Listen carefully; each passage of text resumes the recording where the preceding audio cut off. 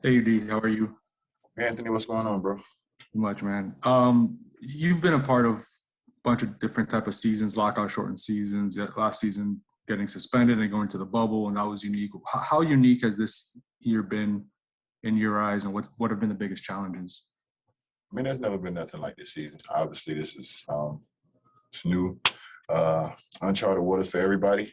But the thing that I miss the most is just the opportunity to bond and to grow. I think our biggest strength is that throughout the season, we continue to build that bond on and off the court. Iron sharpens iron. Is something that we say. So we're actually still a team that in 2021 still like to get out there and practice and mix it up and we call it Hunger Games and just create that that mentality of competition and playing at a high level all the time. So that's something that's been taken away from us, obviously, with the schedule and just the opportunity to spend time with my guys. You know what I'm saying? We take pride in, really having relationships that go beyond the game of basketball. And I'm sorry to start this line of questioning again for another season, but you've said for the past few years that you want that a night with friends and family, to be there, whatever, whenever is the end for you. Is that you going to come this season, or are you still undecided of what the future holds for you past this year? Man, I just, take it one day at a time and, we'll figure it out. The goal now is to win a championship. Um, and then, we'll go from there. I can't really think past today. I've been told just to take it one day at a time. And, when I get to the summers, that's when I think about that. So that's the advice I'm going to take from a wise man. Perfect. Thank you, D. Next, we'll go to Tim Reynolds. Hey, UD, how you doing, man? Tim, what's going on? How you doing? Good, good. The last year's Hall of Fame class finally gets enshrined next weekend, and you obviously played against Kobe, against Timmy, against KG.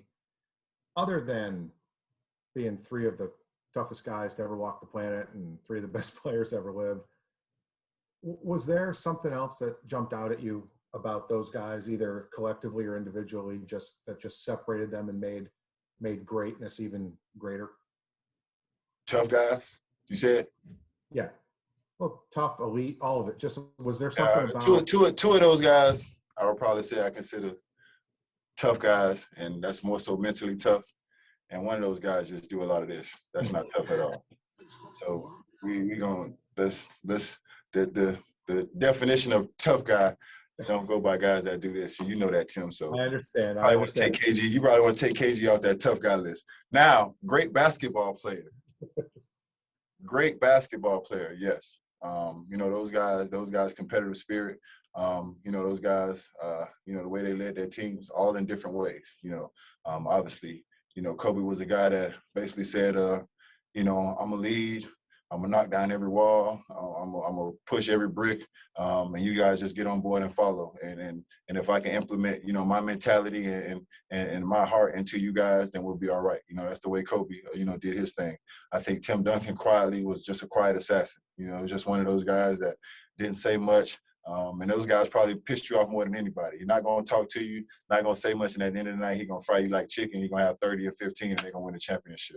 Obviously, KG chooses a route that I really don't, condone. You know what I'm saying? A lot of that talking and disrespect, but you can't take away from what he's done on the basketball court and who he's been as a basketball player. Obviously, coming in at such a young age and from the get-go, being able to dominate this game of basketball on both ends of the floor. You talk about two-way player. He was one of the first guys to be able to do it at 6'11". Talking about guarding 1 through 5 and just the way he was disruptive on defense, and then took it to the offensive floor and just approached both ends of the game, with the same, mentality and aggressiveness. So, all those guys are great basketball players, and God rest the soul of Kobe, man. Those guys definitely deserve to be in the Hall of Fame. Don't be loosely throwing around tough guy, Tim. I understood. To you, they're all playing for second, and you know this. So you know that. So I appreciate it. I wanted to follow up with something just as important. Where's your golf game at these days? It sucks, bro. It sucks. I'm actually going to invest in a golf simulator. COVID has pushed me to the point where I think I have to invest in a golf simulator. With the way our schedule has been this year, and the travel and the games and stuff, I've actually taken not one step back, but probably 3 steps back in golf. Sorry to hear that, bro. Yeah, I'm just wasting my money on my membership right now. I'm happy to let you take my money anytime you want. No, I'm telling you, I can't take nobody money right now. I really can't. Thank you, UD. Thanks. All right, next we go to Ira Winderman. A couple of things. You've had a lot of different roads with your teams to the playoffs, but never anything like this play-in tournament as a possibility. LeBron last week came out against it, saying you don't go through an entire season and have to go through that. Luka, Mark Cuban said the same thing.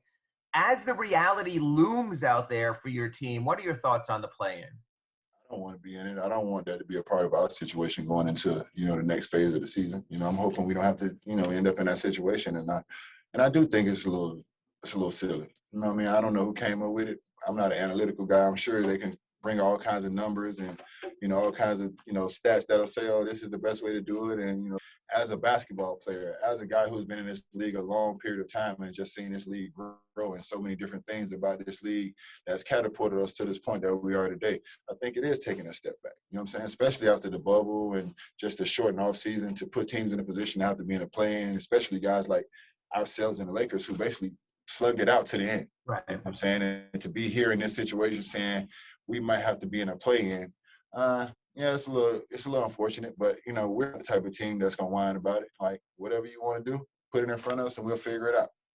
And then one question to follow up on what Anthony asked, because we like to harp on things like this. Unless you appear in a game, this actually will not count as your 18th season, according to the NBA statistically. Will you nudge Spo before the Heat play in Detroit by the end of the season to add this to your list of seasons? I mean, I haven't thought about it, but I mean, I'm sure Spo and our guys, keep those things, close to hand and understand, the importance of that.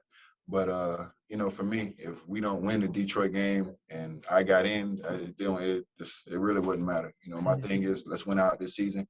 Let's get this best playoff spot we can possibly get, and let's go in here and try to get it done.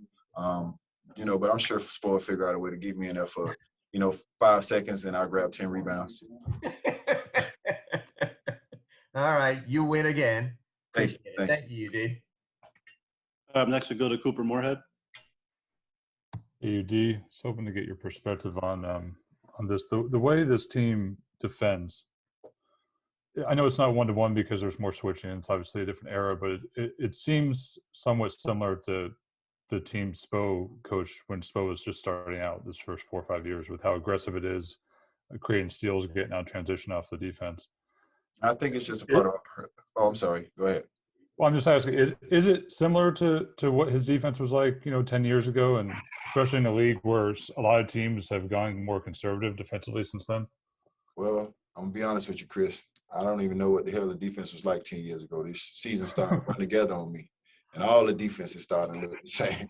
But what I will tell you is, what we do a great job is coaching our personnel. You know what I'm saying? And we have Swiss Army knives guys on defense. You talk about a guy like Bam, who, in my opinion, should be the defensive player of the year. You talk about Trevor Ariza, who's a guy who can guard, multiple positions and switch. You talk about KZ, and we just got multiple guys that can guard multiple positions. And in today's game, that's a luxury. So the more of those kind of guys we got, the more creative we can be with our schemes and flat defenses out and make them take bad shots. Perfect. Thank you. Thank you. And next we go to Christos Saltas with SDNA Greece. Hello, UD. Hope you are doing well. Hey, how you doing? I'm fine, thank you. I would like to ask you about Bam and his progress through the years. What is the most impressive part from your perspective about his progress, and what is his potential for the next years? Bam? Yes. Oh, man. I mean, sky's the limit for Bam. I think the thing that Bam does the best is that he listens. He actually listens, and he tries to apply the things that, we give him. For me, at this stage of the game, I hate wasting my time. So, when I sit down and I spend time with Bam, whether it's on film or whether it's on the court or in the weight room, I know it's not falling on deaf ears, and I know it's going to get applied. He's a real student of the game. And I think, his passion, is beyond the game of basketball. You talk about growing up, how he grew up in a trailer home and a single mother. I think his strongest, asset is his heart. A kid that has heart like that. I tell him all the time, you got to have enough heart for everybody. And then you see out there on the basketball court, his play just lifts our level defensively and just takes us to a whole nother level as a team. He can be the next Udonis Haslem of the Heat through the years, or he can be the face of this team. Definitely, definitely, no doubt. He's not as handsome as me, but you could try to put his face somewhere around here, and hopefully, it'll catch on. But yeah, he could try to be the face. Thank you very much. Dimples like that. You see that? You need that to be the face. All right, UD, that's it. Thank you, sir. All right, guys. Thank you.